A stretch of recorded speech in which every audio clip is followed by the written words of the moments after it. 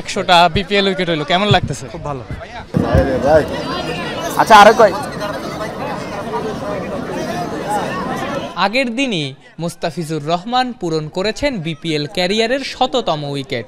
মুস্তার ২ উইকেটে ঢাকা ক্যাপিটালসও জিতেছে।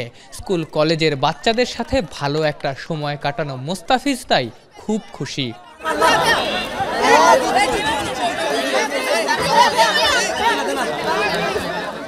100টা BPL wicket হইলো, কেমন লাগতেছে? খুব ভালো।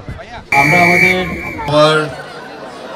Dream and respected captain of সব মিলিয়ে চতুর্থ বোলার হিসেবে বিপিএলে ১০০ উইকেট নেয়ার মাইলফলক স্পর্শ করলেন মুস্তাফিজুর রহমান।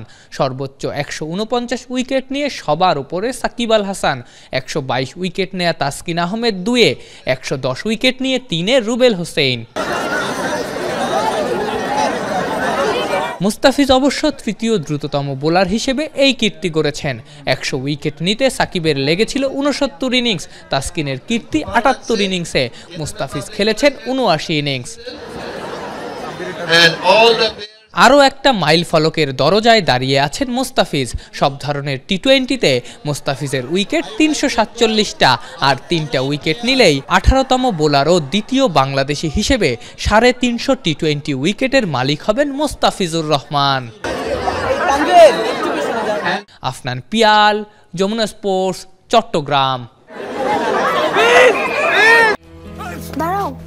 এখন তো জীবাণুদের থেকে বাঁচালে সারাদিনকে বাঁচাবে ডেটল বাঁচাবে। ডেটল দেয় জীবাণুর বিরুদ্ধে ১২ ঘন্টার সুরক্ষা বলয়। সুরক্ষার বিশ্বাস থাকুক দিনভর।